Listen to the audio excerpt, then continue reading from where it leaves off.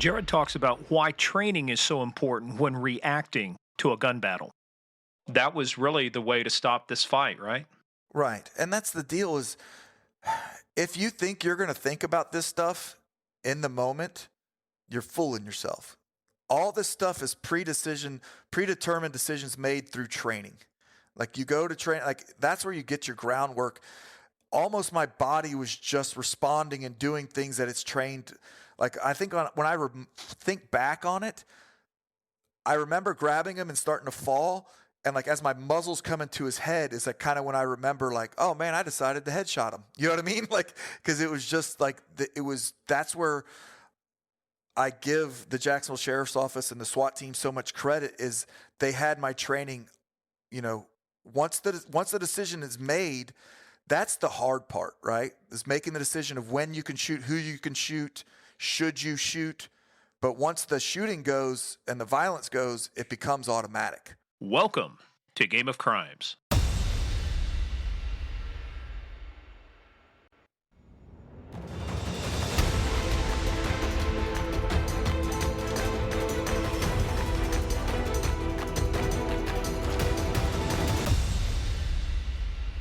Staying far enough back where you could deploy the taser and not have to worry about, like you say, going hands-on. Yeah, and not shooting from like 30, not like nothing crazy. It was like a perfect taser deployment distance, really. And I put that laser sight on his back, went to tase him, and nothing happened. No pop, no discharge of the darts, nothing. Had you ever had that happen before on your taser? Never. Later on, was anybody able to determine what malfunctioned on the taser? They don't know. I mean, it's an Xbox controller. Like now they're a good plan C. And it was just, I've seen it work so many times before at that time. And I've been tased and all, like, it sucks. Like, you know what I mean? But it works. It does what it's supposed to do. And that was the first time I ever seen it fail like that. I've seen it fail where like people have missed. You know what I mean? Like you don't get too or the clothing's too thick. Yeah, like but I've never seen it not discharge and it not work. Like I've never seen it as a mechanical failure before. So you're this close and it doesn't fire. What do you do? So I look down, like I'm holding that what seems like an eternity, and now I'm like closing the distance on them. So I look down and like they have an LED readout on the back of the taser to count down the 5 seconds that it deploys, and I just see that counting down and it's not doing anything. So I'm like, what the hell? So I had to safe it, then holster it, and then I went hands on with the suspect. Let's talk about that for a second, too, because you said safe it and then holster it. What are the considerations of why you just don't drop that thing or throw it and go, directly to hands-on? I mean, because it does take time to safe it and holster it. Obviously, something you practiced before, but a lot of people might think, hey, why don't you just throw it, and then go after the guy? I mean, throw it down or just drop it, I know. I get what you're saying. But at that point, this isn't for cops. There's a lot of people out there who go, who've never been in law enforcement. And they're thinking, why wouldn't you just drop it and just go after him? At that time, he's still a guy just running. It's not, I wasn't in danger. If I had a taser in my hand and he drew the pistol that he shot me with, I would drop it and go like that's, but at that point he's just running. I have time kind of to holster it. But why I don't drop it anyways, well, they're expensive. I don't want to get payroll deducted on that bad boy. But, it puts another weapon into a fight or on a ground that probably might not want to be there. You know what I mean? So at least if it's on my body, I know where it's at. Yeah, and that's kind of what I was getting at, too, because it may not have worked for you, but if somebody picked it up, just the fact that it didn't work for you means it's probably going to work for the suspect when they pick it up. Yeah, no doubt about that. Their luck runs a little different than ours. Different than yours. So you safe it and you go after him. What point do you get to where you're hands-on with him? So probably another little bit. And it happened like in the northeast or like a corner of a dried retention pond. It's about a 25-yard circumference retention pond and like maybe 4 yards or 4 to 5 feet deep, kind of like it's just like a rain runoff catch, pretty much is what it is. But it was dry at the time. So you've pretty much outdistanced Chris. Where is he at this point? Later on as you find out, where is he at this point when you're there at that point of hands-on? Maybe 40 yards behind me, kind of like rounding that corner where he started running again. Probably is where he was at. But he can't see you. No, he can't see me because it happened at like a self-storage facility, like an indoor and they also rented U-Haul trucks.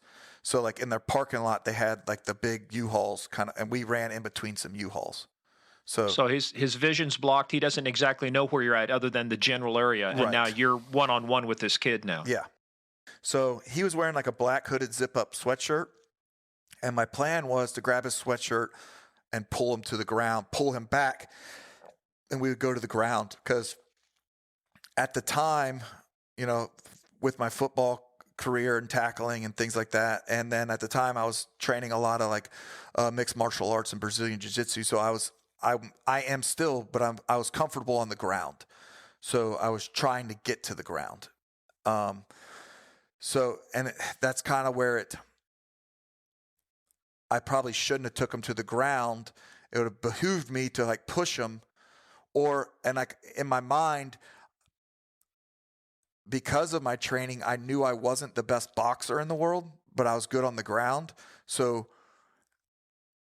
But in police work, that's probably not the best where I need to be. Like, I don't want to be on the ground with somebody rolling around where I could create a little bit of distance and use my tools and things like that. So like that was one mistake, not a mistake, but a learning lesson. It was just a tactical decision. I mean, you might make a different decision today, but at that time, I mean, you've already run 300 yards to get to the store. You've run another 75 yards to get to where he is, and then another 40 yards from there? No, it was a quarter mile. It was, we ran. Okay. So I've ran roughly just under a half mile probably to get to him. In full gear. Yeah.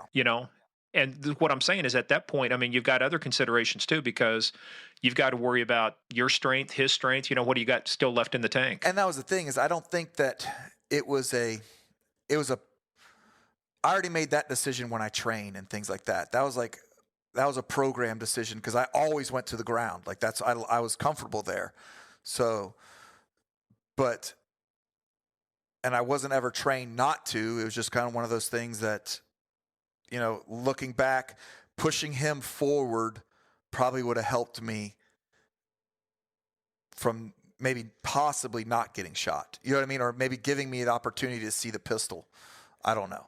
But I mean, I don't know. It's not like, I mean, we can't go back. I mean, you can look back at it later, said I would have done something different. But the point is, you were at a point to where, like you said, low level crime, no violence had been displayed at that point. You tried your taser and it didn't work. So yeah, you're going to what has normally worked for you in hundreds of other situations. Yeah. And it's listen, if that is really my only nitpick of the situation of I should have pushed him rather than pull him, I did pretty good.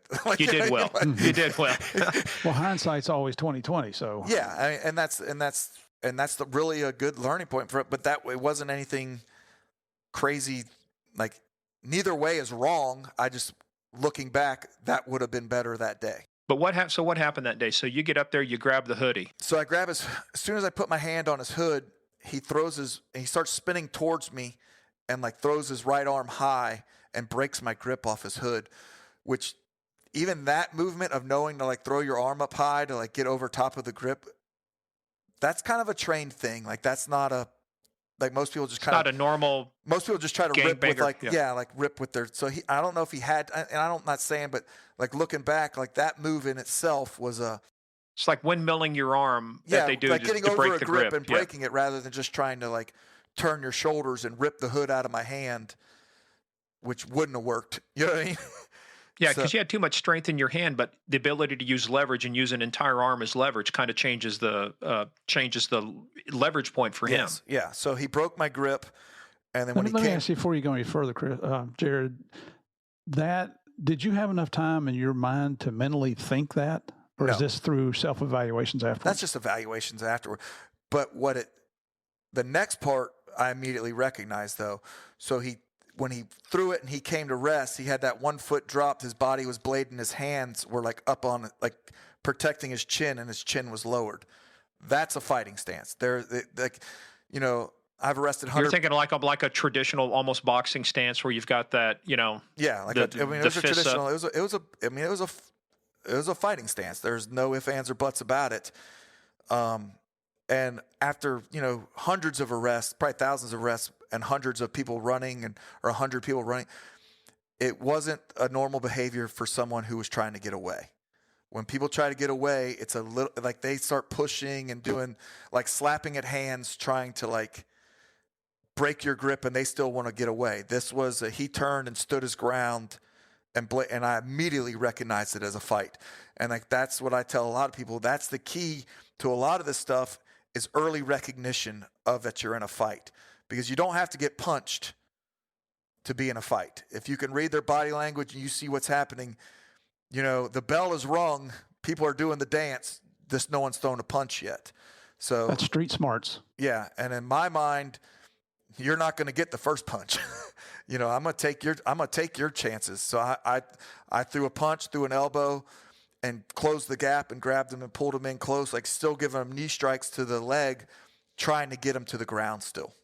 You get that close now. Now you have contact. You're body to body, right? Trying to wrestle this kid. Are you still upright, or have you taken him to the ground at that point? We're still both standing up, like so. Like a clinch move almost. Like so, my right hand behind his like head, clinching him in tight. That's. Are you chest to chest? Yeah, but our bodies are kind of like think of like an MMA fight when they lock up. So like our hips are away from each other, and we're kind of based out still. But you're facing each other though at that point, right? Oh yeah. And then so seconds into that, I feel like a big hit to my face, and I start kind of falling to my left and like rolling down the embankment of that retention pond. And in my head, it felt like I got punched. Like I felt like he caught me with something, through training, through contact sports. Like I was like, all right, he got you, get up. Like let's. He caught you with a good one, but we're still in this. Let's go. But before I came to rest, as I fell down, I could feel I felt with my tongue that my jaw is now collapsed on top of itself, and my bottom teeth are laying like horizontal in my mouth. So I'm like, man, something else is going on here. And I kind of look up at him, and he's standing over top of me shooting me. So like that was the first time I realized that I've been shot, and he is continuing to shoot me. When you felt that hit you, did you feel any pain? Was it, what was the sensation when you got hit like that? Was it like getting your bell rung and the lights go out for a little bit, when you get hit with a hard punch? Yeah, but my lights didn't go out. It's just kind of almost like just kind of dazed you. I mean, I don't know, like anybody's ever been punched in the face, it doesn't hurt when you get that punched. It hurts later and sore and cut, but it's just kind of like there wasn't a pain recognition. It was more of I got my bell rung recognition. So how much higher is he than you now? When you say you rolled down this embankment, how much of a distance are we talking about maybe? I mean, he's 5-6 feet above me, but still I rolled down. So he's probably maybe 6 feet back and I'm 5 feet down kind of deal. What happens next? You said he continues to shoot at you. He's got the first shot, which hit you where? Dead center of my jaw. It hit me centered up right underneath right in the center of my chin, entered there, cracked my jaw in half, and then exited out my neck. Was it more of a downward trajectory, or did the impact of the bullet when it struck your jaw change the trajectory of the bullet? I'm going to say a little bit of both. I mean, because I don't know. Because, bullets do funny things when they hit meat. So, I don't know what it was, what the trajectory. And that's why I always laugh at those CSIs, like we were talking about, when they stick like a dowel rod through something, and they're like, oh, this is the angle of it. I'm like, nah, player, that's not how that works. Yeah. Bullets do funny things. Works that way on TV, but not in real life. Yeah, they tumble, they do all sorts of stuff. Like they shoot the laser beam, it came from over there. No, that's not how that works. Well, it has to work because they only have 44 minutes in an hour-long TV to get, the bad guy caught. So, that's right. But in your case, though, when you said it came out your neck, how close was it to your carotid? Millimeters from my carotid. And from my spine and everything. I mean, it was a lucky shot. I mean, unlucky for him, but lucky for me. So you get that first shot. And you're down on the bank. When are you able to draw your weapon? Pretty much in my mind, it was instantaneous. You know what I mean? Like as soon as I recognized that I was getting shot, because it pissed me off. Not that he's shooting me or whatever, but it was more of he cheated. Like, you jumped the gun or whatever it is. Like, you didn't tell me we were doing this, type of pissed off. And I was like, I got something for you. And it's right here on my hip. I got something. So as I'm like moving my body and orienting towards him, and he was shooting, he starts like walking down on top of the embankment, like away from me. But every time I moved, he would look back and shoot at me. Did he think he had gotten you the first? I mean, do you think that he thought he killed you with that first shot, or really seriously wounded you? I don't think the first shot. I mean, he shot 5 or 6 times. I'm sure. Like as I'm rolling, I don't know. You know what I mean? I never heard the gunshot. I never saw the gun. I don't know how many rounds he shot as I'm rolling down that embankment. He didn't shoot me once and being like. You didn't see any muzzle flashes? No, I can't. The first one. I saw the muzzle flashes once I recognized he was shooting at me. But the first one, I don't know if I saw a muzzle flash or like, when you get punched in the face, like you see the stars and stuff. So, I mean, I don't know which one it was. So I can't say I didn't and I can't say I did. How close do you think the muzzle was to you on that first shot? Inches. Damn. Was one of the things, I mean, he's a black male wearing a dark hoodie and he's got as we find out later, right? He's got a Glock. Yeah, he had a Glock 21. Which is, what caliber is that? 45 caliber ACP, 45 ACP. So you get hit with the 45 caliber. So part of that too is that's all kind of concealed too. When you look at the skin tone, when you look at the hoodie, and the Glock itself is a darker colored pistol. It's that polymer. But that was the thing is I never saw it. I mean, I wouldn't think about that, but like I've been in so many foot chases before with people with guns, and they have tells. I can tell when they're holding their waist. I can see the bulge in their jacket. Like I'm not saying I didn't see it, but I didn't recognize any tells that he had a gun on this particular one. So that first shot happens. Basically, you're facing each other. He's got a hand on you, but he comes up. Was it his right hand? I'm guessing. Okay. He was right-handed. So I never saw it. I didn't know I was getting shot. I never saw the gun until I was already shot and on the ground. So when you're on the ground and you're down there, when he's shooting the other times, do you feel any impacts with the other shots that are coming at you? No, I don't. I didn't feel any of my other impacts. Well, let's walk through then. The first shot, you're down there. He's up now, walking away from you. Like I said, you're like about 5-6 feet down. He's about 5-6 feet up, walking away from you. You start to get back up. Are you able to get back up? Are you physically? Are you able to stand back up? What's your next process? I was physically able to.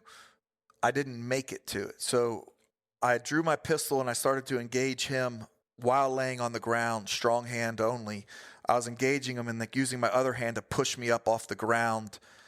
And as I'm like pushing forward and trying to get to my feet, trying to get to a good fighting stance. But I only made it to my knees because when he saw me, that big motion of me drawing my pistol and like attempting to stand up, he started closing back on me, trying to put me down. Is he running at you or walking at you? I'd say walking. I mean, it happened pretty quick, but yeah. I don't remember him really running or, putting any kind of effort like that into it. So when you get your gun out and he's got his gun out, how far apart are you guys now? I'd say 5 yards. Okay. So about 15. Maybe. 15, 20 feet. The gunfight went from contact to 10 yards back to contact just by judging by where people's brass was, spread out through. So really, maybe my first shot, he was at he may have been at 12 because he started coming back at me probably as my first shot. So he was right around that 10-ish, maybe 7. I don't know where he was at when but 7 yards, just maybe 10 to 7 yards. So when you're up on your knees, how many shots are you able to get off? In total, I shot 14. So by the time I put my hands back on him, I shot 11. Had you gone to slide? How many rounds had you gone to slide lock, or did you still have rounds? No, we have 16 in the gun and a Glock 22, 15 rounds in the mag, 1 in the pipe. As you're firing, do you see that you're hitting him? Do you see any impacts? I don't see impacts. I'm watching my front sight as it settles back down. I'm giving him another round, and I'd give him another round. He was walking straight towards me, and then he kind of started working from my left to right and kind of showing me his back and still like shooting at me. very similar to like a kid trying to, like, if you were spraying a kid with a hose and he's trying to outrun it. You know what I mean? That kind of look. So I didn't see the bullets hitting him, but were you confident that you were hitting him? yeah, I was confident. And I got a lot of good information from people who've been in shootings before. This was my second shooting that I was been in. That, you know, bad guys will continue to do what they were doing prior to you shooting them until you put their lights out or they give up. There is no pain compliance. It's going to be a decision by them. So if you can get a change in what they were doing, like when you engaged them, you're probably doing good work. Because, like, really the human body is super unimpressed with bullets, like especially pistol bullets. Like, you can, like, if you don't hit anything vital, you can take a lot of bullets. Yeah, in the short term. Yeah.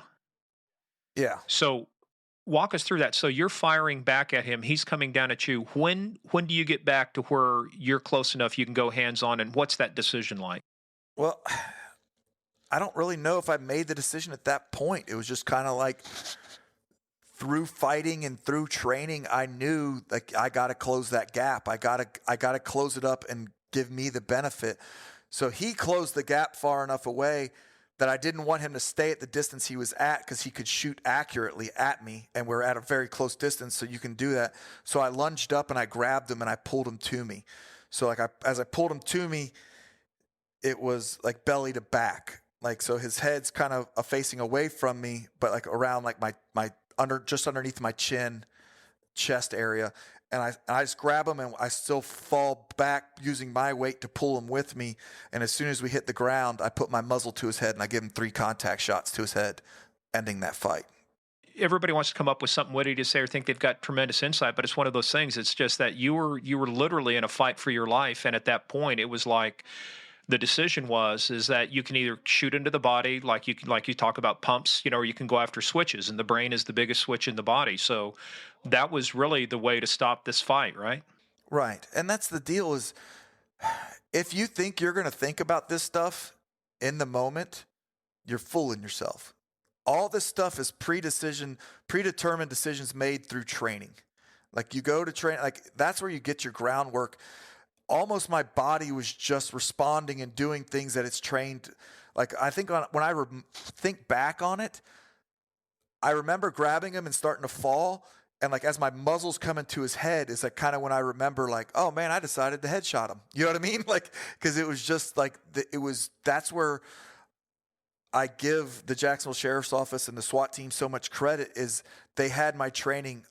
You know, once the decision is made, that's the hard part, right? Is making the decision of when you can shoot, who you can shoot, should you shoot. But once the shooting goes and the violence goes, it becomes automatic. Based on your training, did you have enough awareness to know, in terms of your ammo situation, do you know how much ammo you had, kind of a sense that you'd gone through at that point? I knew I shot a lot. I didn't know where I was at. Did you hit slide lock after the third round to him? No, I still had one in the pipe and one in the mag. You know, and that's and when you're in those situations because of your training, you're recognizing opportunities. And just like you said, there was an opportunity for you to end the fight.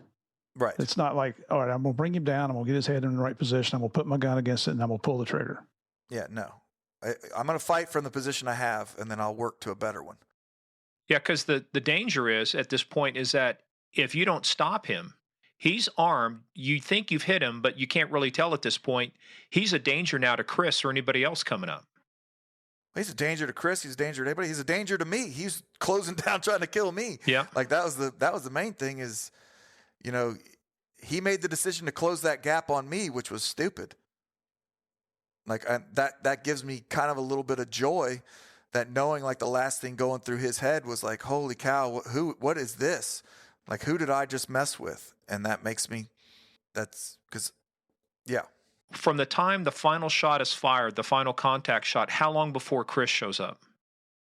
Seconds. But within that time, it's probably maybe 5 seconds that, like, so I sent you that audio. You can listen to Chris's audio. And at the beginning of the audio, you can actually hear the gunfire happening, because Chris wasn't calling in the gunfire. He was calling in the foot chase, but he was close enough to us that it happened. So during the gunfire, he stopped behind those trucks a little bit and then was like working to get to me. So in the meantime, and this is where training comes in. Like, I was always trained, we handcuff dead guys, we handcuff bad guys. Like, it's not over until he's like, because we don't know if he's dead or what's going to happen. And it just, your brain kicks into that. So there was a culvert right there next to us where we were laying, and I kind of rolled his body into the culvert. And me staying on my back, I started kicking him into the culvert and like pushing me away. But the whole time, I kept my gun on him. I kept cover on him. Just like you're saying, he was not going to hurt Chris. I was going to if he got up, like, I don't know where, like, I just killed him. I felt his body go limp. I felt the life leave him. I just rolled his lifeless body into a dam. Like, consciously, I know this, but that's not the brain you're operating with at that point.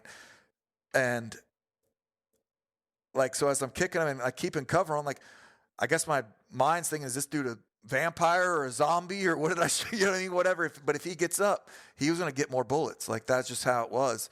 And I kept cover on him until Chris showed up, and then actually, like, hey man, holster up. Like, we're good to go. I got this from this point on. You mentioned the audio. One of the great things about this little platform, let's play this audio. It's about 1:40, but you just sent the audio to me. So let's hang on. Let's play the audio so people can actually hear what it was.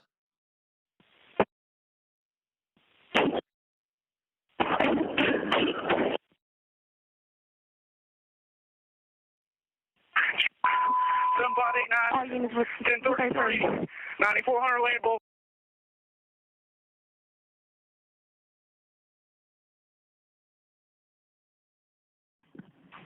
7589.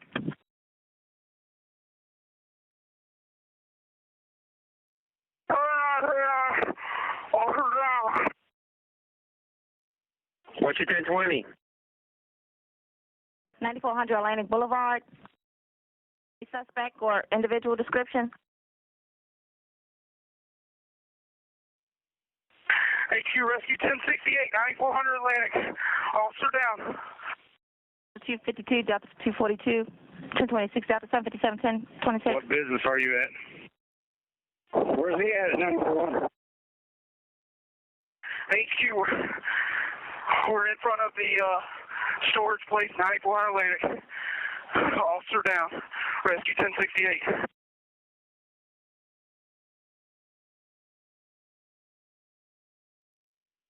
781 to that unit. Is the suspect outstanding? Can you give me information on it? Suspect's 18 also.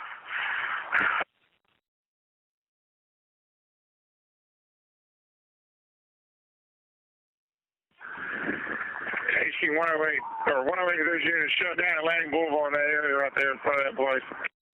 So, Jared, tell us, I mean, after listening to that, he's like, Chris is just like calm, cool. He's ice water in his veins. He's the Iceman. He just, for the shooting, for everything that's going on, he is just precise, on target with all of his transmissions. I mean, you would think other people, Steve, I think you're mentioning other people get in chases, they scream, right? They yell, but he's like a day at the office. Well, and he's elevated, but he's not to a point where he doesn't let his emotions take over his body. He has a job to do. Like, that's where mindset comes in. Because you got to think too, it's like he's looking at his best friend on the ground, shot to shit. And, and a dead guy laying in a culvert. Like, he's got a lot of stuff going on, and he was still doing his job. I think him being so calm kept everybody else. Like, he didn't let that spin out of control. Like, if you can start seeing when, like, scenes, like when on video or on audios, when people start letting it get out of control, it spins out of control. And he's the one that kept that whole scene, I think, dialed in. Yeah, you set the stage from the beginning. You set the narrative from the beginning. Is everybody stay calm? This is what we're going to do. Because to your point, otherwise people feed off the excitement. They feed off of everything. And if somebody's elevated, then somebody else gets elevated because of that. And same thing with dispatchers too. If dispatchers handle it calm, they keep everybody else calm, as they do this. So from the time Chris gets there until the time the first units arrive on the scene, how long does that take? Within a minute. I mean, people were right there.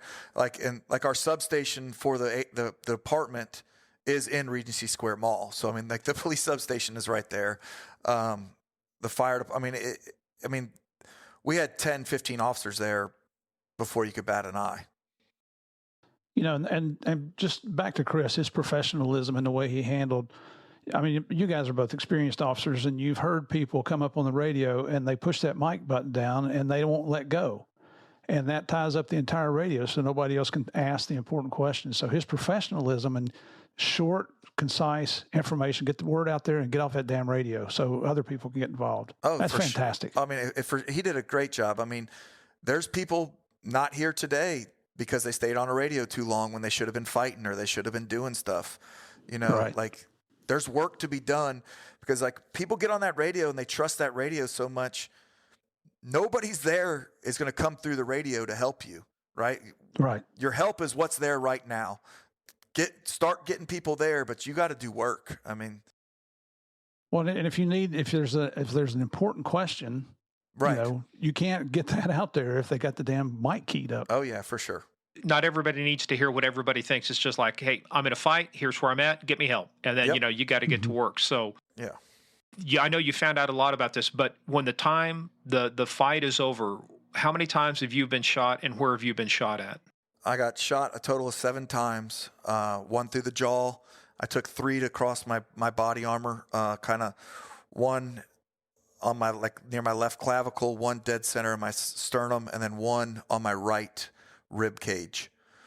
Then I took 1 above my left knee, exited out high on my left thigh, 1 in my right buttock that like hit my hip, cracked my hip and lodged there, and then like a graze of my right elbow. The body armor, we talked about how many changes there have been, but had you not had your body armor that day, that shot to the sternum most likely would have been fatal, right? The shot to my sternum and probably the shot to my ribs. I mean, it was, you know, the sternum, most definitely. The ribs, who knows? I don't know what angle it hit at. Like, you know what I mean? That could have like traversed my whole body. I don't know what angle it took the round at, but yeah, without body armor, I wouldn't be here today. Well, but the other thing too, you talked about hitting near your clavicle. You're left-handed, and it hit on your left side. So if it had gone through and broken through your clavicle, you might have lost use of your strong hand, right? Oh, for sure. So are you proficient with your weak hand? We train to draw. You know, we train to do it all. But I mean, again, it's still that's a terrible day in an up close fight. I mean, because time matters. Mm-hmm. Yeah. So speaking of time, from the time that you first engaged him, when you're up close, you separate, and then you're back in the final shots. How long of a time are we talking about here? just by like judging like how the amount of rounds I shot and like I've heard the cadence, kind of how I was shooting, roughly like 4.5 to 5 seconds.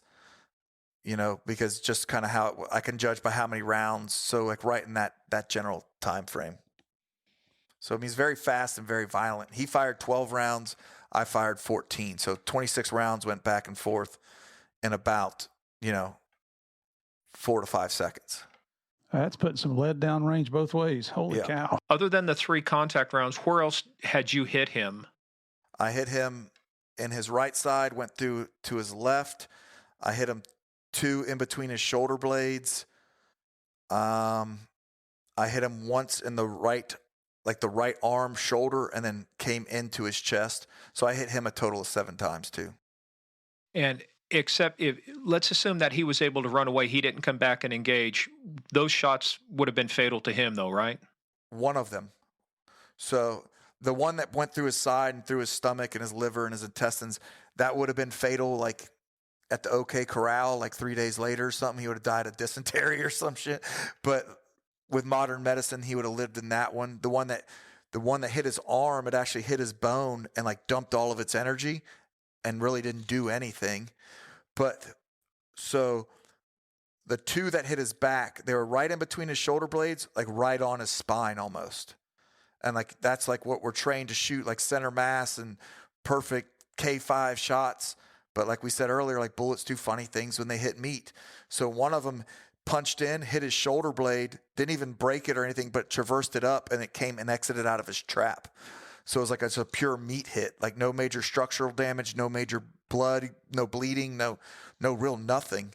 But the one that was just an inch away from it, like not closest to the spine, that one punched in, went through his rib cage, through his lung, and traversed up into his neck and severed his carotid.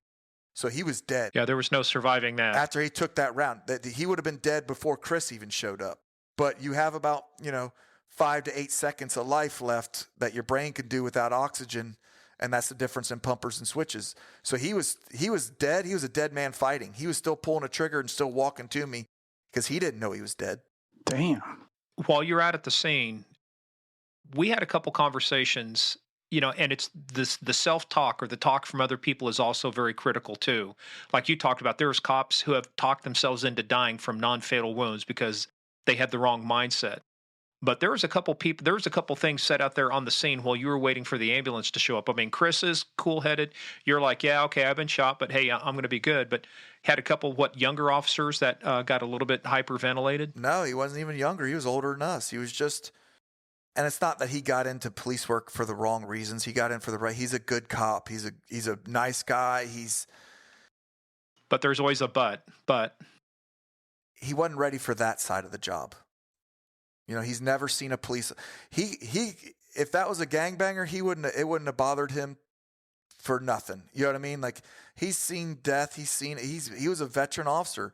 He just never prepared himself to look and see himself laying there. That's kind of where that's where his mind went almost. It was like you see another brother in blue down, and he never prepared for that. And that's sometimes in training, we always win. We always do this. Well, that's not the truth. I won. I just got beat up a little bit. Those are the best games. Games when you just cream the opponent, that doesn't matter. But, when you're bleeding and they're bleeding, that's a good fight. Like, you know what I mean? That's the battle worth fighting. So but he wasn't ready for that. And he saw it and he looked down and me and Chris were over there bumping fists, and Chris is, holding pressure on my leg, doing everything that he's supposed to do. And he was just in shock a little bit. And he was like, oh my God, where's rescue at? He's going to die. You know what I mean? And I'm like, I ain't going to die. And I'm like, I can hear you, bro. I'm good. Yeah, I'm right here, bro. I was like, what does he see, Chris? Chris, what does he see? What does he see that I can't? Yeah. What aren't you telling me, Chris? Hey, I was going to ask you, you mentioned about the wound that went above your knee and came out your thigh. Did that prevent you from getting up? As you found out later, like you said, you just went to your knees. Did that prevent you from standing up? I don't think it did. I recognized it when I made it to my knee. I recognized the pain in my butt and in my leg, but it wouldn't have stopped me from getting up. What stopped me is he just got close enough to me to where you could grab him. To grab him. So, really, my medical training was the only reason I stayed laying down on the ground when Chris got to me. I knew I took something. I knew I had an exit on my neck. I didn't know if I should move around, what I can injure by moving. You know what I mean? Really I just stayed on the ground and stayed still because I didn't want to create an injury. Well, when Chris first got there, now you've been shot in the face, but you don't know where your other wounds are, right? So no, I mean, when Chris got there, tell us a little bit about what he did to do triage on you. So Chris did an amazing job. First he came up, he went, and it's just funny how your brain works. So I'm keeping cover on the guy, and as Chris is getting to me, he's kind of calling out to me, and I would muddle, something out. I would try to voice out so he can kind of understand where I'm at in relation to, when he breaks that. So when he tries to find something. But when he came off, like I said, I'm down in a culvert looking up. There's a street light behind him. He's a big dude. He's my best friend. He was like an angel coming to and yeah. I immediately get relaxed. All right, cool. Chris is here. My best friend's here. We're good. You get relaxed almost. No, I was relaxed until he started checking your leg. No, well, kind of.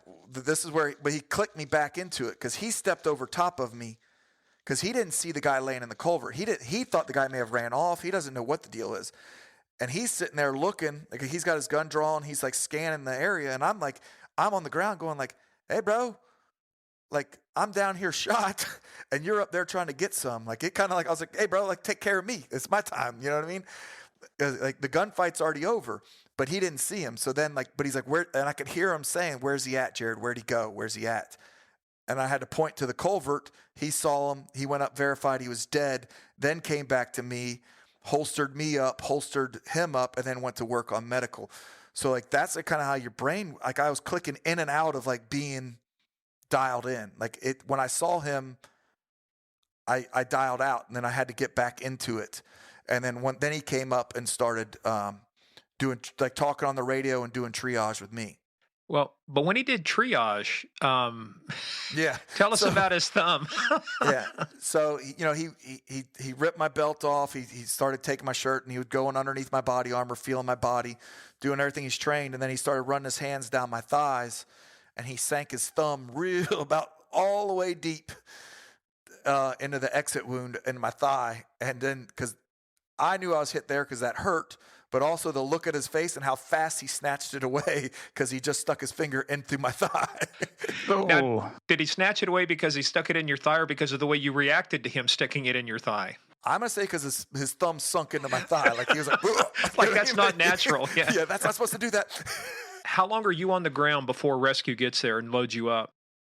A few minutes. I mean, nothing. It wasn't long. I mean, they were there pretty quick. You stay conscious the whole time? Yeah, I was conscious throughout the whole deal. And like, that's like when I was in the hospital before, like I went into surgery, like that's just like, I was like, Doc, like, let's just hurry up and put me to sleep and let me wake up fixed. You know what I mean? Like, let me go time travel. Like, let's just do some time traveling here. Yeah. I'm going to tell you what, you probably figured it doesn't quite work that way. So no, but I just wanted to, I was tired of being up. You know what I mean? Like, well, you dump a lot of adrenaline. You obviously, at that point too, it's just mentally everything. But when you get to the hospital, so you're on the way to the hospital. At what point does Chris do it, or do you do it? Do you call your then fiance, soon to be wife, and let her know what's going on before she hears it on the news? Oh, I made Chris call her. So like that was our plan. Like I said, like we were living together as a family. We were together. She was with me on my first shooting.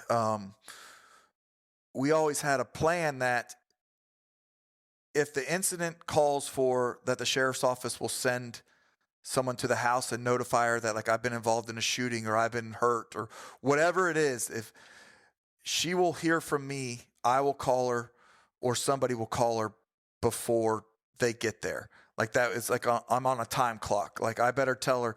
And if somebody beats me to calling her, then we have a problem. You know what I mean? Like then I'm unable to do anything. And that's the only time she needs to worry. If you hear from me, it doesn't matter how bad it is. If you hear from me, I'm okay, kind of deal. Now, was he able to call her while you were there at the scene? He wasn't able well, we were still at the scene. Rescue was loading me up. They already cut my shirt off. And you got to remember, like I was on the phone with her when we like left mall security office to go get into this. So it's like maybe 5 minutes later or something, 10 minutes at most. They cut my shirt off, but my phone was in my shirt pocket. So I made Chris jump off the rescue wagon because he was riding with me to get my phone to come back to make sure. And it's funny because he's like trying to hand me, like he was going to dial, but like let me talk. And I was like, nah, buddy, like you're doing I don't think I can talk. Yeah. But he didn't want to do it. Like he was like, I don't want to be this guy. But like we were best friends. Our families know each other. And, and he called the best. It's a funny story because he kind of calls her and he's like, hey, Julie, what's going on? She's like, nothing, Chris, what's up? And like with her, she's like, why are you calling me? Jared, she knew he was working with you. Why are you calling from Jared's phone? And he's like, we got in a little bit of a gun battle, not a big deal.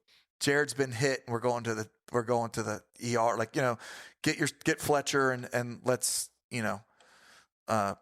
Wait a minute. He calls her up and says, hey, what's going on? Like, no, she's like, what's going on, Chris? Like, but he was calling me. He was like, hey, Julie, hey. And she's like, hey, Chris, what's up? Like, what are you doing? And he's like, we were in a little bit of a gun battle. It's not a big deal. Like, it was just it was a very calming, just like he did on the radio. He kept her calm. He was the one I wanted to handle that situation. Could you hear what he was saying to her then the whole time? Oh yeah. Like I'm on the gurney or whatever. And he's like sitting on the side bench in the ambulance. And how long did that conversation take? 2 minutes, maybe. It wasn't long, but that was it. And that's all I had to worry about. He didn't have to, like, my wife was great because, like, every time I get involved in something, she knew that she has to call my older brother, who's in law enforcement, and he handles the family. Like, you know what I mean? So she doesn't have to do anything but call. Like, we had a plan in place for when incidents happen. Like, so I didn't want my mom to hear about it on the news and not anybody call her. So, because, you know, things get mixed up. So everybody had a job, you know.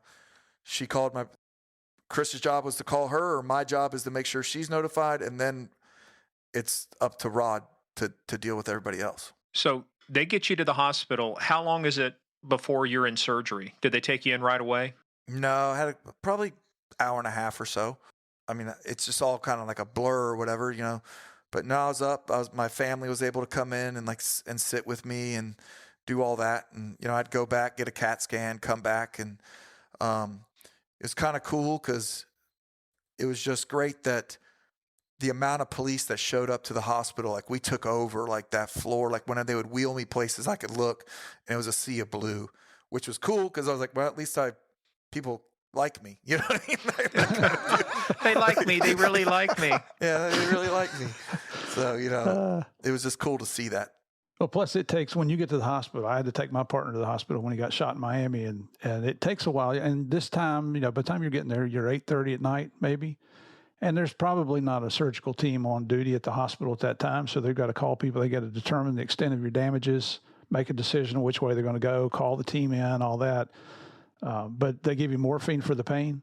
Yeah, they gave me some morphine. They gave me, but they couldn't give me too much because they didn't know what they were going to do. You know, yeah, they didn't know when you were going to go under the knife. Yeah. Right. So, and I wasn't in too much pain. Like, it was all right. As long as you keep Chris away from that leg wound. Yeah, keep his thumb out of your ass. Yeah. Well, no, that's not the worst. I'm gonna tell you right now, don't go to a trauma center because you know the Shands is the trauma center here, and I call it the Shands handshake. You go in there, you're getting something in your butt, and it is terrible. Like, they came up to me, and it was like my wife and my dad sitting there, and the nurse comes up and says, "Hey, we're gonna have to check for internal bleeding. You know, you took a round to your butt. We gotta," and I'm like, "No, I'm good. Like, I'll vouch for it. Like, I don't need to sit here and take that." You know what I mean?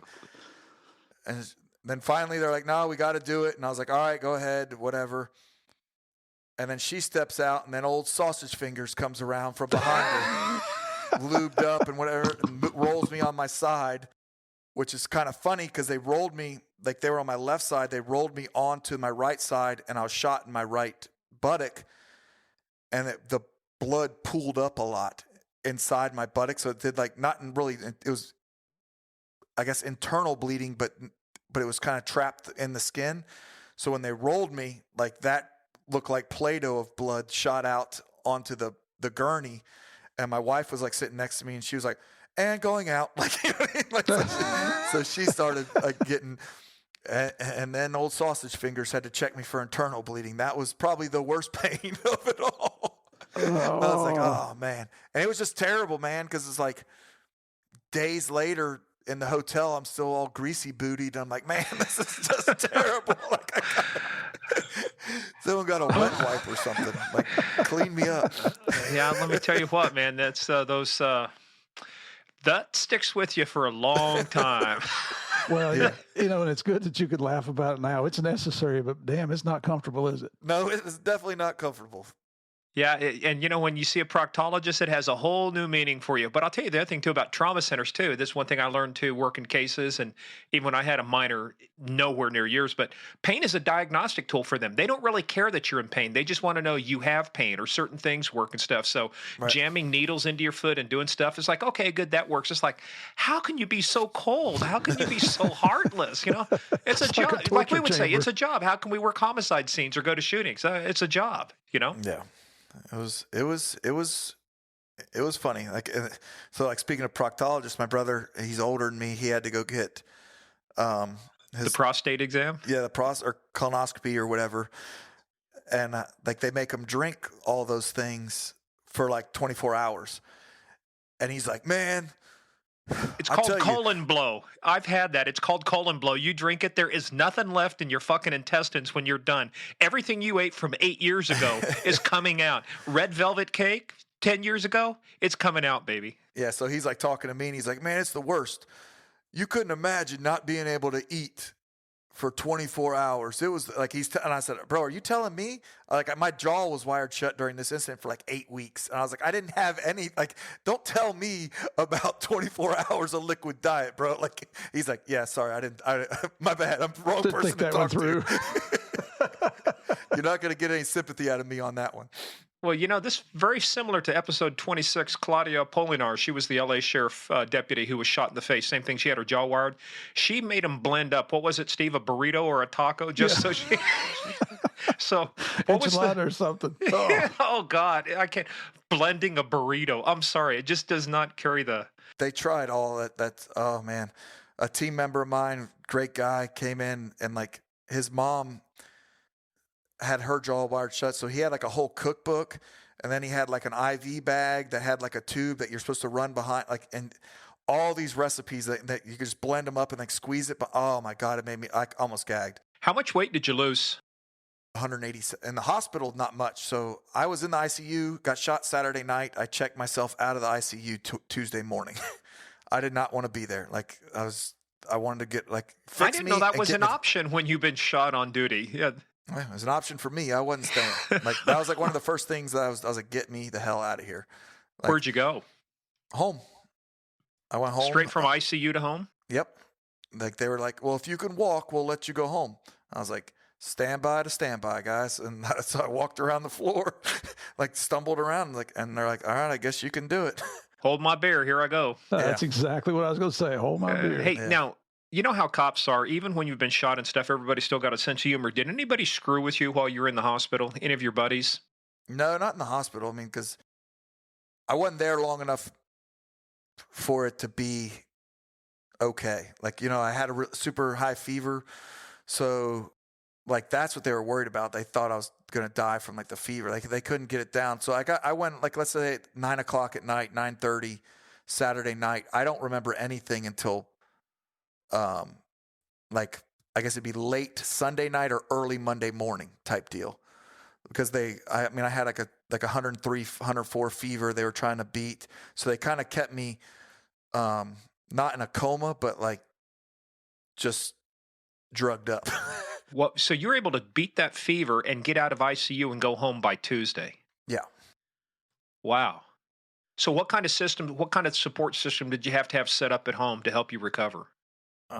My wife, mostly, she helped, but then I had docs that would come by the house, or I'd have to set up appointments to go.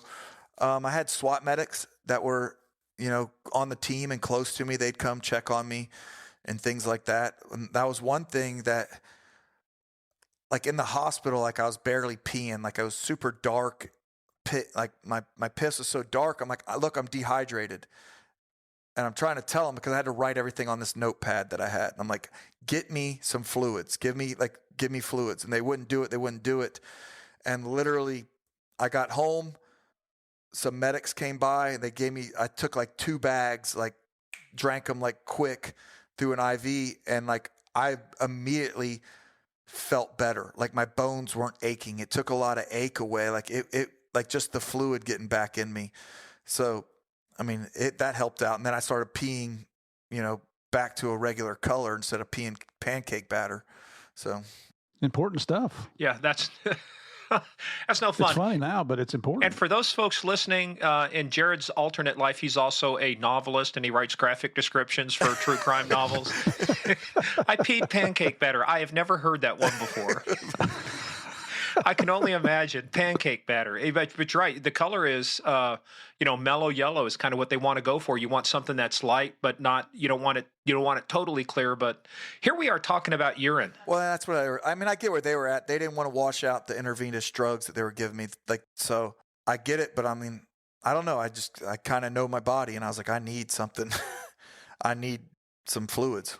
Let's talk about your recovery. It takes you about 6 months, right, from the time you're shot till the time you can go back to duty. But what's it like during that time? You've got one of the biggest things, I'm sure, right, is the shot through the jaw and through the mouth, your teeth and stuff. So how do they work on that? They really, like, that was like all the major surgeries. Everything else was just kind of wound care. So I'd have to go to wound care like physical therapy outside like 3 days a week. And the shot to my ribs really sucked because like that was like I used to wear like a cotton wife beater tank top as like my undershirt under, and when that bullet hit, and that energy, it pushed a lot of that shirt into my body. So like my body would start like exuding that, start pushing it out. So like they'd have to like scrub that wound with a nail brush and then like that stuff would come, they would just pick it out and things. So Really the round, did it penetrate your vest and go into your chest? Is that what you're saying? No, I mean, it didn't. It got stuck like in the third layer, but like when you that's what I mean. hit, But it penetrated, but didn't break through the Kevlar. But it penetrated into your body, at least pushed through a little bit, right? No, not the bullet. The armor itself. Like it's almost like a burn. Like I sent you a picture of it. It looks like a triangle. It's almost like a burn that just.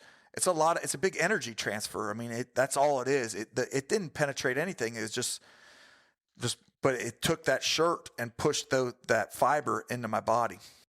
And then my face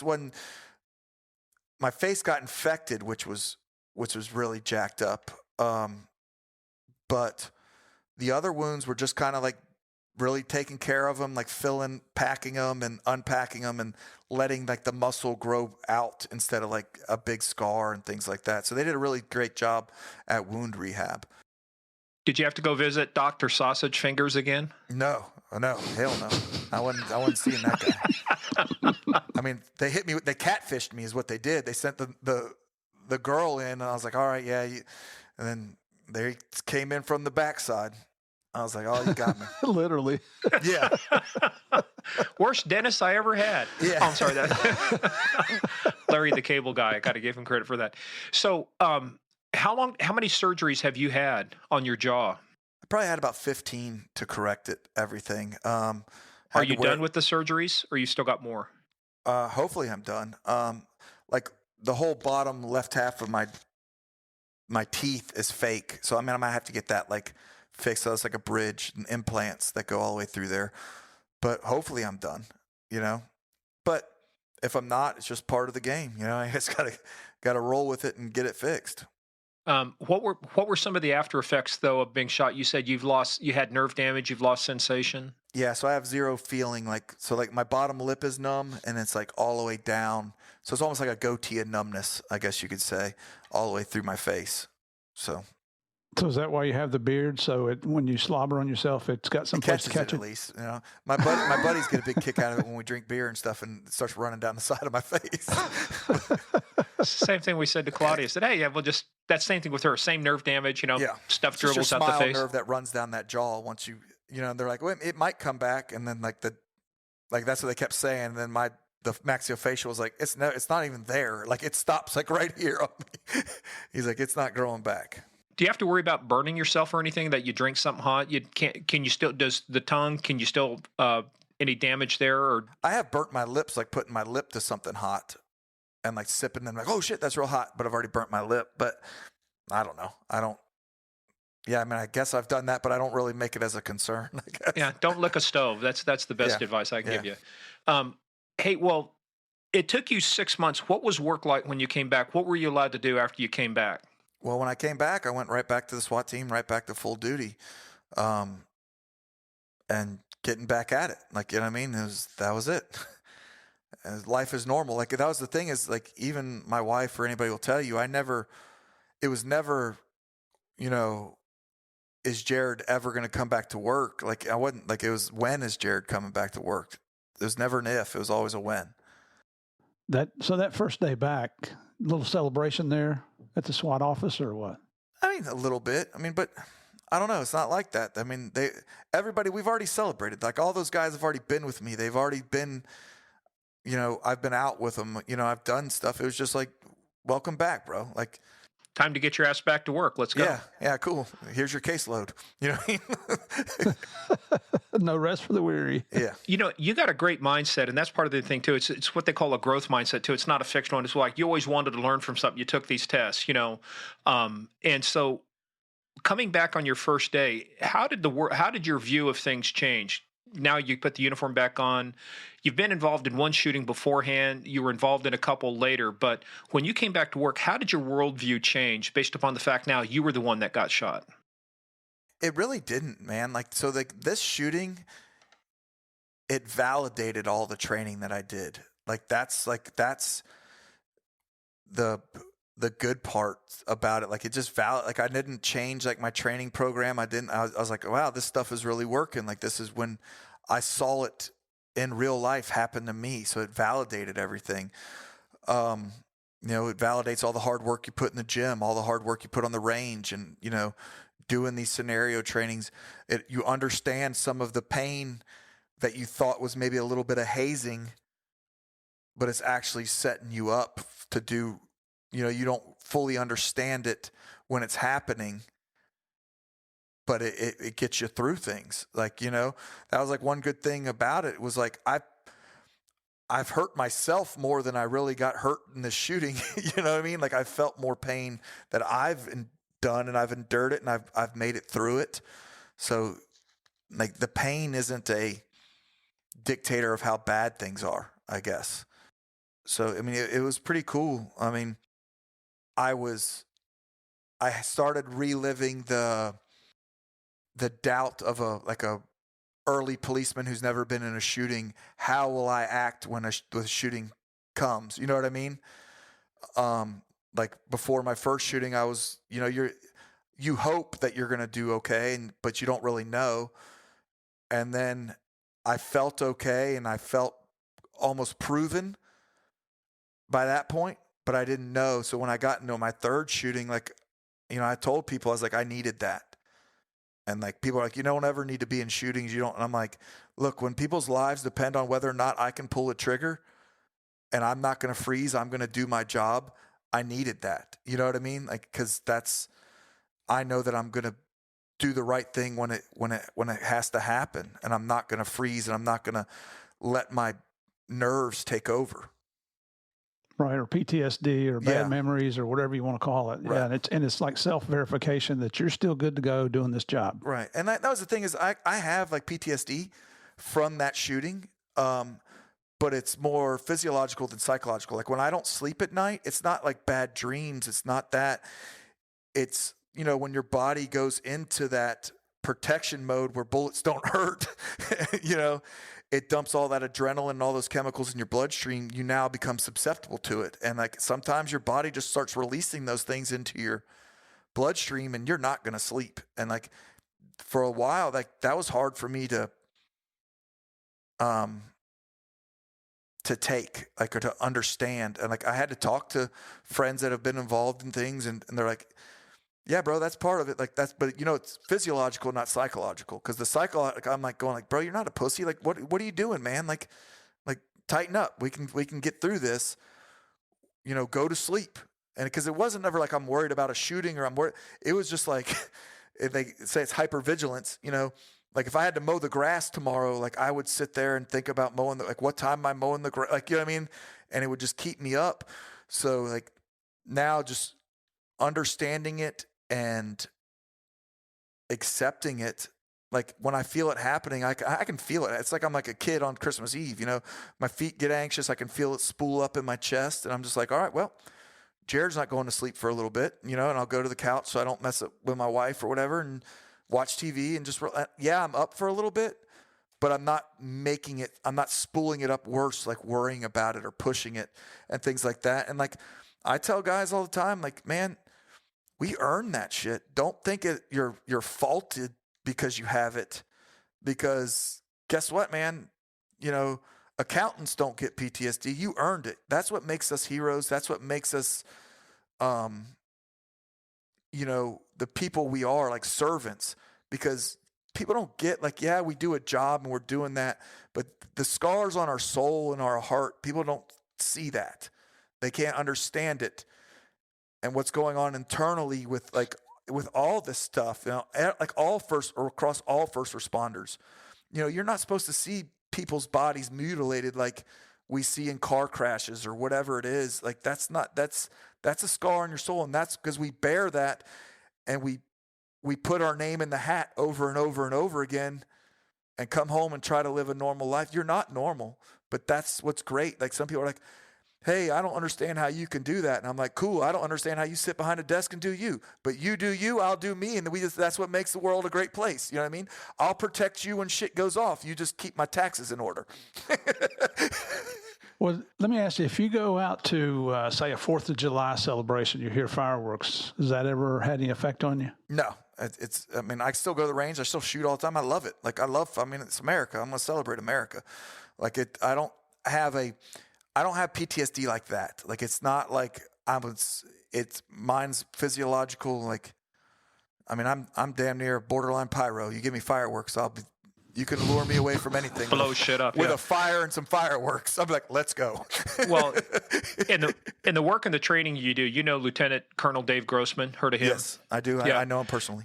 Oh, well, he put out a essay, and I think you may have read it. Have you read that one called On Sheep, Wolves, and Sheepdogs? Yes. That is just the encapsulation of what you're talking about. In this society, we have sheep, and that's okay if you're a sheep.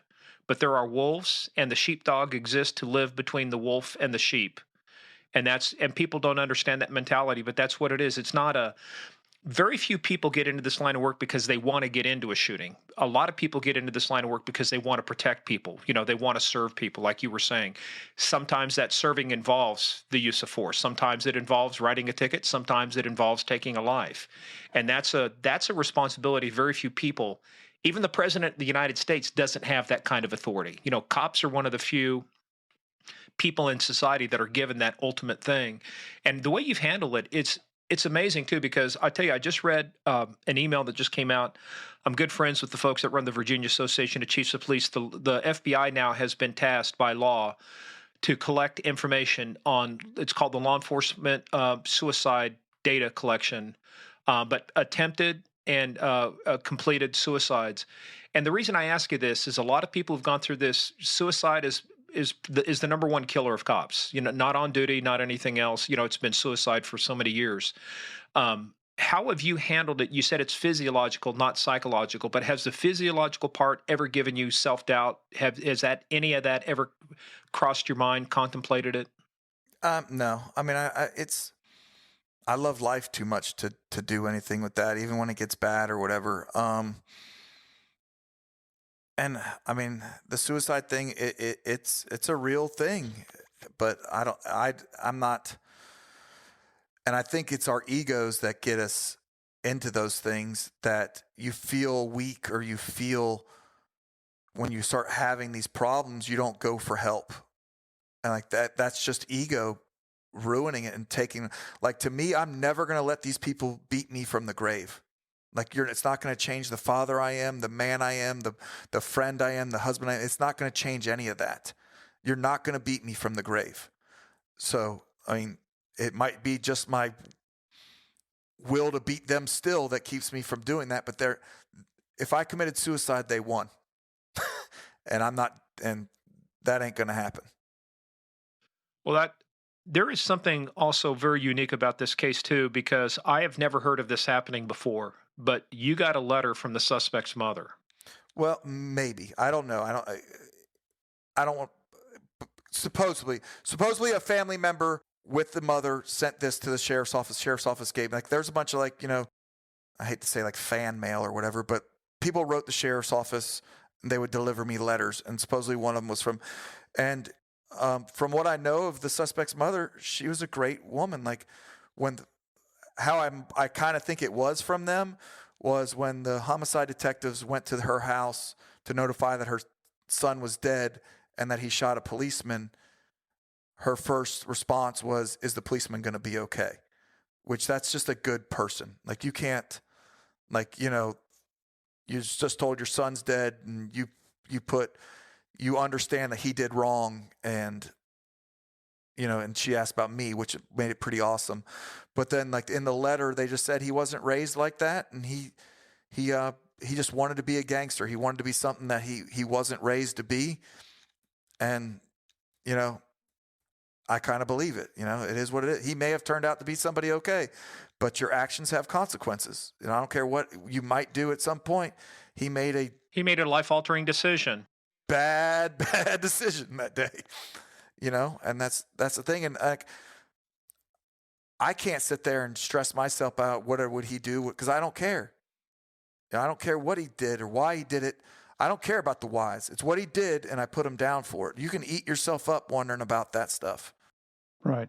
You know, and the fact that she took the time to write the letter, the comments she made to the officers that spoke to her, that does speak volumes to her being a good person, because we've seen so many times in the past that when it's an officer-involved shooting, the family wants to hang the entire police department, regardless of, you know, what that person's actions were. And I love the way you said that. Every action has a consequence. That's something you should teach your children when they're young. It could be a good consequence. It can be a bad consequence, but there's a consequence. For sure. You know, and I want to make this sound trite, but I mean, it really gets down into, you know, people talk about, well, we need to retrain the police. And I've heard somebody say, well, maybe we ought to retrain the public in terms of when I was a kid. I peed my pants the first time I ever got pulled over by a cop. I was drag racing out of Abilene, Kansas. I got pulled over by the Abilene, and I peed my pants because I thought my life is over. It's not that they scared me, but it's like, but that's not the same level of respect that we have today. And my thought was, what was it in his life that made him decide pulling a gun was a better decision than putting his hands up, you know, and getting arrested? And it's just, to your point, is that compliance. Even if you don't like the arrest, get a lawyer, sue. That's what everybody else does today. But just put your hands up. Let's everybody go home safe today. But somebody made a choice not to. Yeah. And what had he stolen? He stole a pair of jeans. So he had 2 pair of jeans on. Like, you know, he went into the dressing room, put his jeans on over top of them. And he had the money to pay for them in his pocket.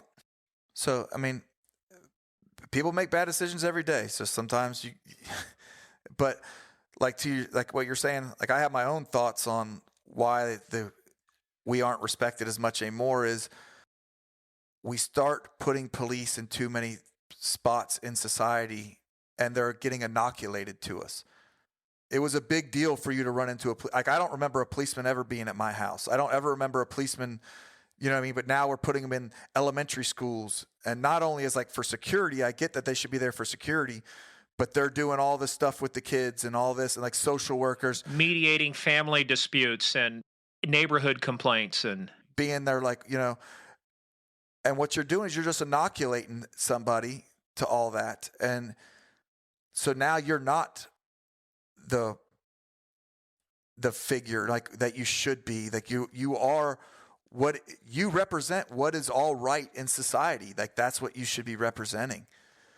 But instead they get the blame for everything that goes on. And I think we talked about that because we talked about that. How many cases did you handle even on the street down there or even barricade situations or SWAT situations where it was a mentally ill person that is, you know, that somebody tried to mainstream into society and, you know, and you think, why is this person out? Why aren't they getting help? Why aren't they institutionalized somewhere? Right. All the time. I mean, that's probably 93%, 95% of our homeless population is mentally ill.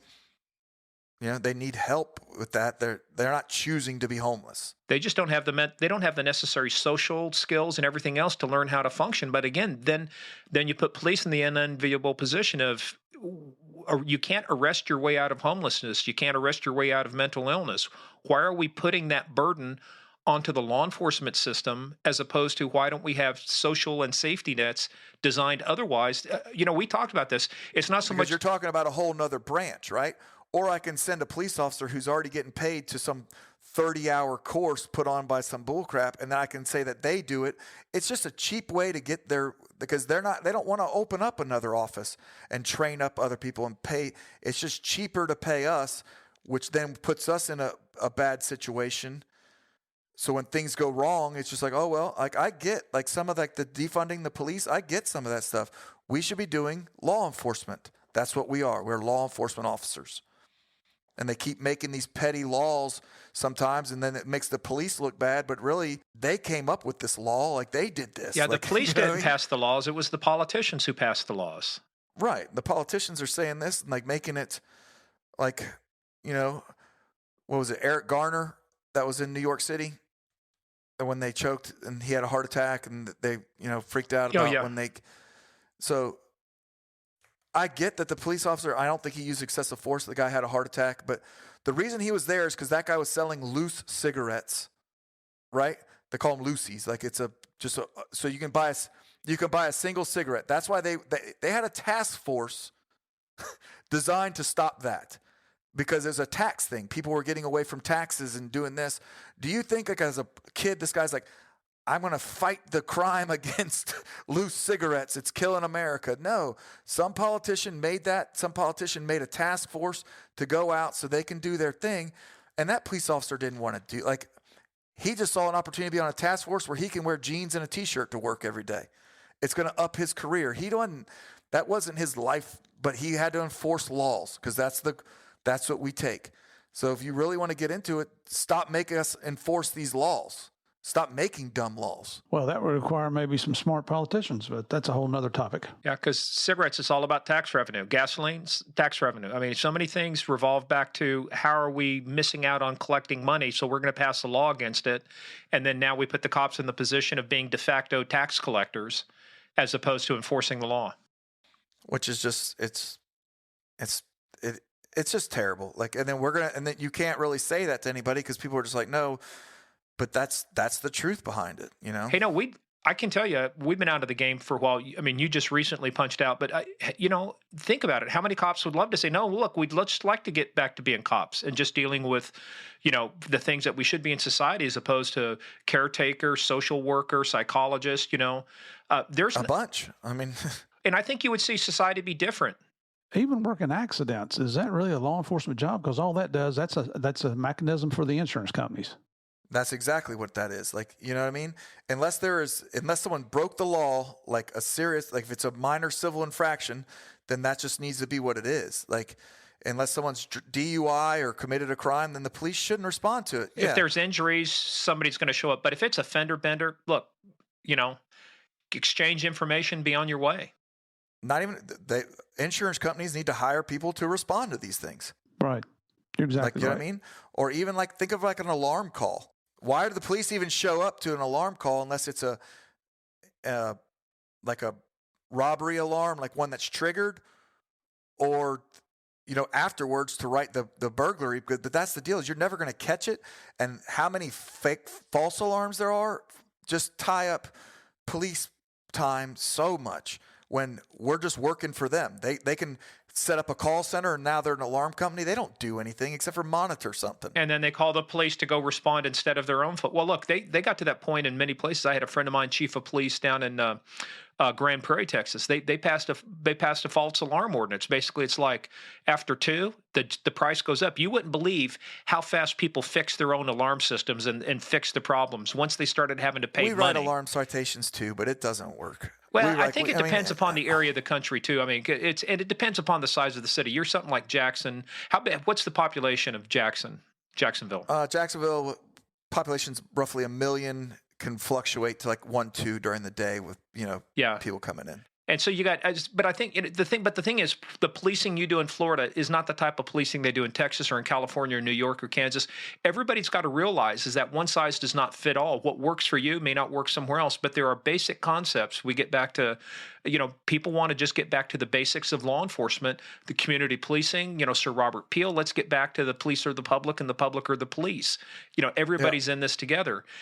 Hey, let's end on a better note. Because I want to talk. You've actually taken and applied this in a very positive way. You've created a training company.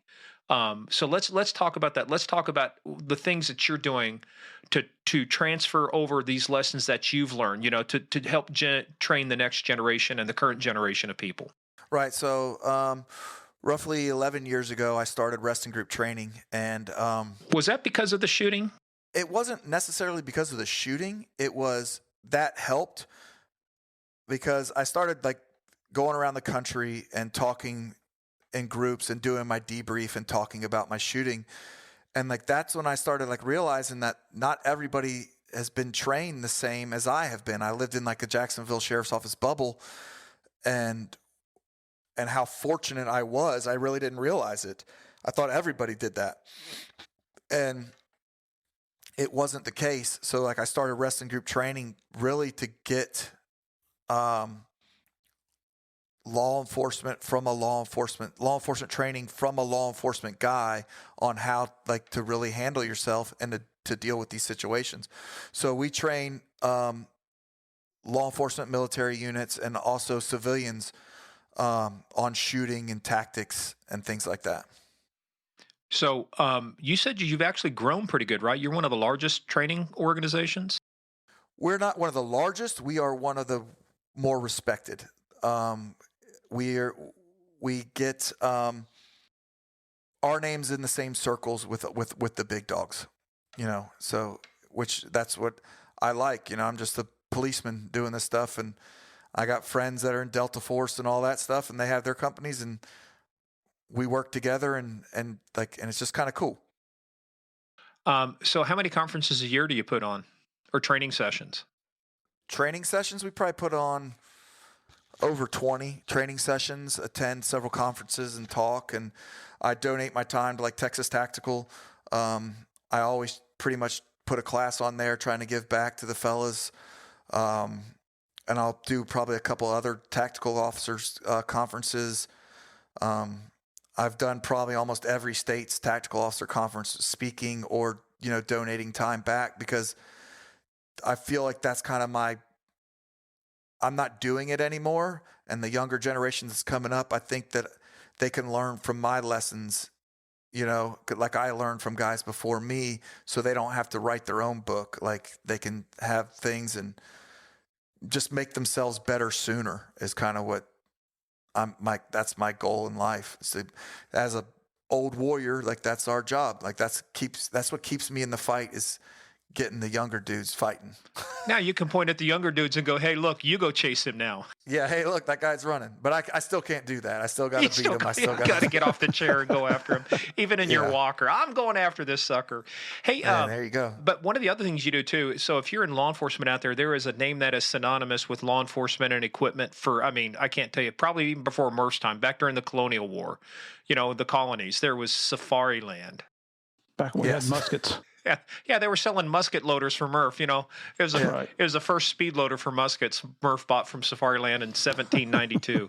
But talk about what you do for Safariland, because I know you said you're not in sales, but that's the great thing about sales, is that you don't have to sell anything. You tell people your story, you tell them what works. The stuff just sells itself. Right. Well, Safariland sells itself without me. Safariland. So I'm an account manager for Safariland. I represent Safariland for North Florida and South Georgia. I'm also a brand ambassador for them. I'm an armor shoot specialist for them. I do kind of the jack of all trades for them, and they're just a great company and a great family to be with. You know, I've been associated with them since I was shot. I was part of the Saves Club back then. And tell everybody what that is. They never cut me free. So the Saves Club for Safariland is if you're wearing a Safariland vest and you're involved in an incident where that vest saved your life, you'll get a number. You'll get, you know, we bring you into the factory, we do all this, and you become a save. I mean, it's a kind of like a brotherhood, something that you really don't want to get into, but it's great once you make it. Like you don't want to do it. You don't want to have to do what it takes to get into it. But once you're there, it's a great group, you know. We have over 2,000 saves. You know, it's an awesome program. But you've been recognized, though, in a lot of ways, too. When we had Mike Neal on here, episode 7, he was the Arkansas Fish and Game officer, got into the shootout with the 2 sovereign citizens, killed the 2 West Memphis police officers. I saw a picture of you, and it reminded me of him because you both are getting the same medal from the vice president at that time, Biden. Yeah. Well, so I got the, for this incident, I got the Presidential Medal of Valor. It was presented by Biden, but awarded from Barack Obama at the time. And I mean, it was an honor to do. You know, me and the family got to go to the White House and go up and see, and it's the highest honor that, you know, law enforcement or first responders can get. So I mean, it was awesome. And like that was one of the cool things about the shooting. There wasn't a big outrage. It wasn't anything crazy. The community stood behind me. Like I was like Florida's Law Enforcement Officer of the Year. You know, tons and tons of, you know, our agency's Officer of the Year. Like it was a great show of support, and like, you know, that was a big deal. Well, in fact, it looks like that might be the photograph right behind you on the wall there as we're talking to you, which our listeners can't see. Yeah. Well, the folks can't see, but we can see it right there too. And I saw it in one of the other pictures you sent too. Hey, nobody, the medals, the awards and stuff that comes afterwards. But for you, what's the biggest lesson you pass on in your training that you learned out of this shooting? That if you had the chance to sit and talk to recruit, and I'm sure you've been brought into Jacksonville to their recruit classes or talk to other Yes. people, what's the message you give those people that are getting into law enforcement, and what kind of message would you give people now that are contemplating a career? It's not even really in law enforcement. It's for anything. If you carry a gun, be prepared to use it. Just because you carry a gun doesn't make you, you went through some concealed carry class. Like, really train how to use it. Be great at doing it, because when it comes your time to use it, have the training, have the ability to really do it. Because making the wrong decision with that weapon, you can end a lot. Like, you might not end your life, but you can end the life that with lawsuits and doing different things.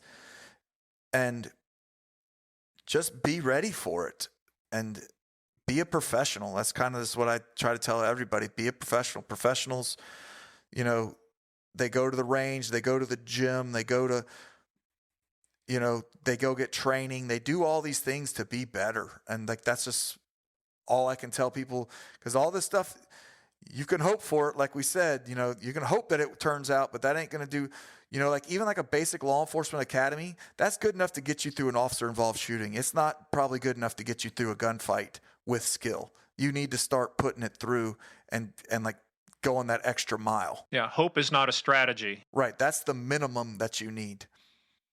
Final thing as we close up here, Jared, I want to talk to you about your mindset, because that's one of the always the key things that differentiates a lot of times success and failure, whether it's a shooting, whether it's in life and stuff. Where do you think the early seeds of your mindset came from? Because you got a mindset that said, hey, I'm good, I'm going to survive this. You had it's the will to win. You had that, not just survive, but to win. Where do you think the early seeds of that came from? I mean, the early seeds is probably just playing sports. You're behind in a game and you don't ever give up, and you just keep fighting until the end, until that last whistle blows or you hear the buzzer, and you might be on top and you might not be, but you fought to the end. Like, that's never given up during the game is how it, I think that starts it. And just, I don't know. I'm the youngest of three boys. I've always been. You're getting your ass kicked by your older brothers, huh?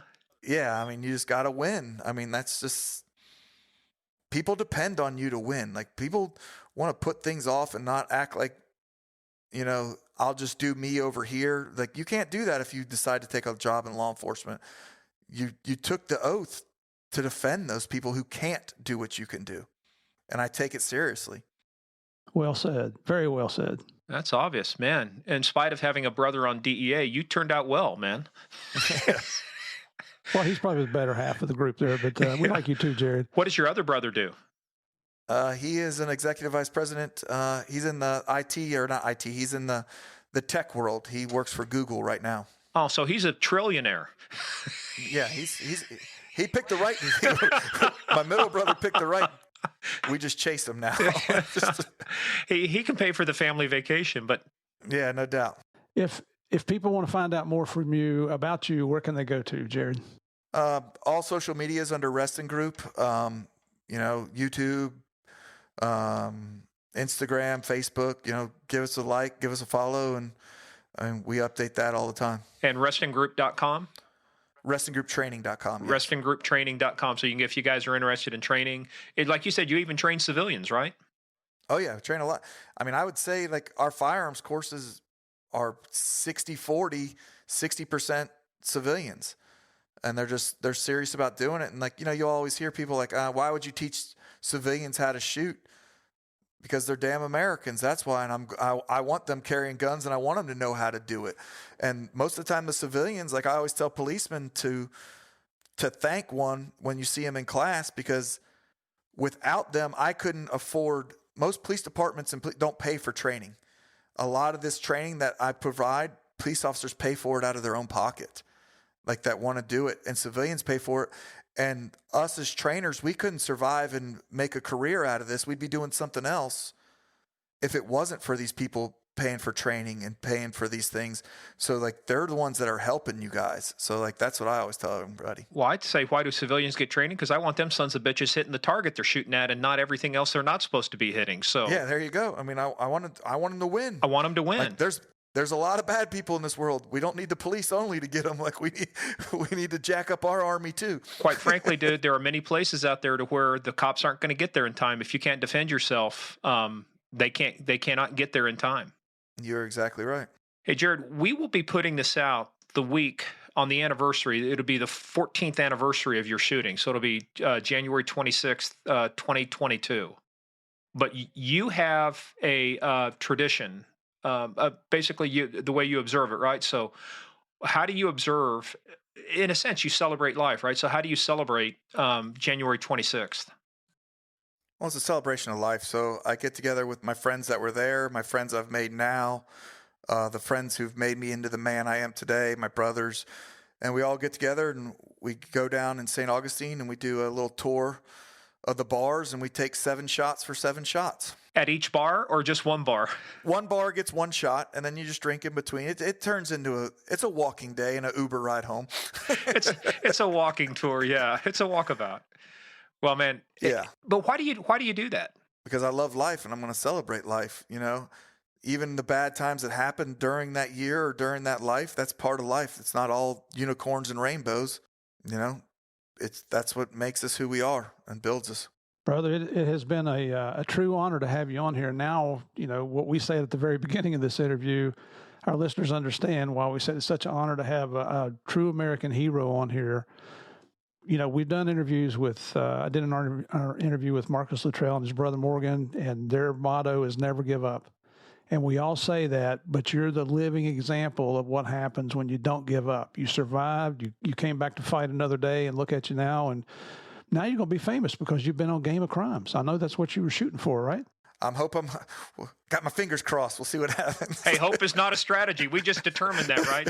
This is science, baby. This is science. Well, look, and Jared, on behalf of me too, I want to tell your buddy JT, thank you very much for arranging this. It was very nice of him to do that. And like I said, if anybody's out there got a great story, just get a hold of us at Game of Crimes podcast at gmail.com. But Jared, again, like with Steve, people can't see this, but this is me saluting you, sir. It's great to have you. America, have a great American on here. And again, thank you for what you do for training people, because I agree. I think that's the biggest thing. When your time comes, when it comes time, you want that confidence of knowing you've been trained to do the right thing. Because if you have to think about it, thinking about it gets you killed. Acting on your training and your instinct, that's what gets you the ability to survive. Good to still have you with us, brother. All right. Thank you all very much for having me. Everybody hang with us. It's time for the debrief.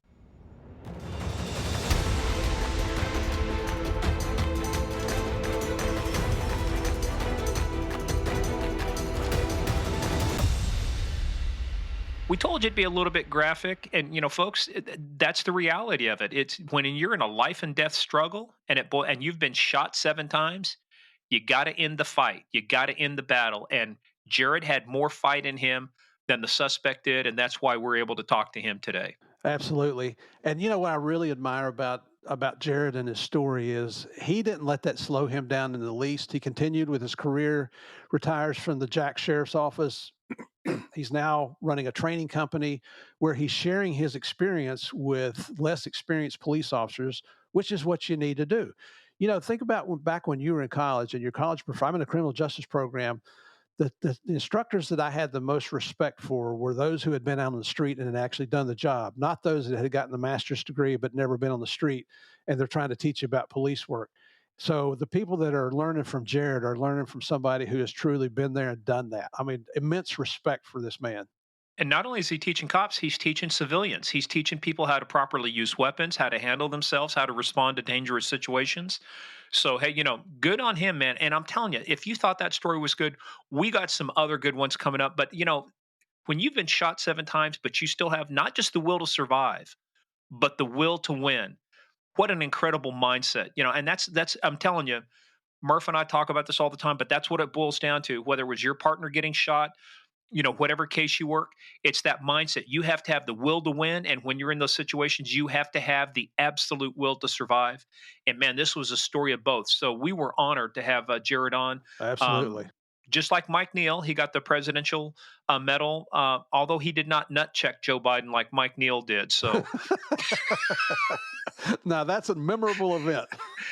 and we got the video to prove it. If you just go to gameofcrimespodcast.com and look up Mike Neal's, I think it was episode 8, you will see a YouTube video of him nut checking the vice president at that time of the United States of America.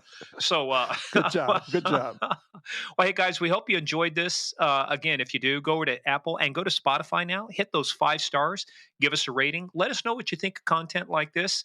And the other thing too, send us some feedback. GameOfCrimesPodcast@gmail.com. Do you like the length of these episodes? Are they too long? Do you want them to be shorter? Are we hitting the right stuff for you? So give us some feedback, because we want to retool some of this as we head into this new year. Also, head on over to GameOfCrimesPodcast.com, our website. Anytime we have books like we did with Jay Dobbins, which, by the way, was an awesome episode, we put his books on there. We've got some other people coming up that have books, so we'll be constantly updating it. Follow us on the thing called social media at Game of Crimes on Twitter, at Game of Crimes Podcast on Facebook and the Instagram, paypal.com. Use our email, gameofcrimespodcast@gmail.com, or paypal.me/Game of Crimes. Whatever makes it easier for you to support the show and help us bring you more exciting content. But again, as we say, Murph, you got to go to patreon.com/Game of Crimes. We have got great stuff coming out. It looks like the movie review we're doing this month is going to be American History X. It's in the lead by a narrow margin, but it's over Scarface. I know that disappoints you, because every badass dope dealer you guys took down in Miami during that time, everybody had a Scarface poster in their house, didn't they? Say hello to my little friend. Say hello to my little friend. That's right. I'm sorry. Are you talking about something else, Murph? I wasn't sure about that. Oh, Lord. Oh, just I know. give me patience. Good Lord, give me patience. All right. Hey, guys. Well, hey, as again, but head on over to patreon.com/Game of Crimes. We've got a lot of good stuff there. Like I say, upwards over 60 pieces of content now. We're putting out 6 to 7 pieces of original content each month, and good stuff and fun stuff. So we want you to join us there. And again, we want to say thank you to everybody out there, all you players out there who are listening to this podcast and helping make this the biggest, baddest, most dangerous game of all, the Game of Crimes.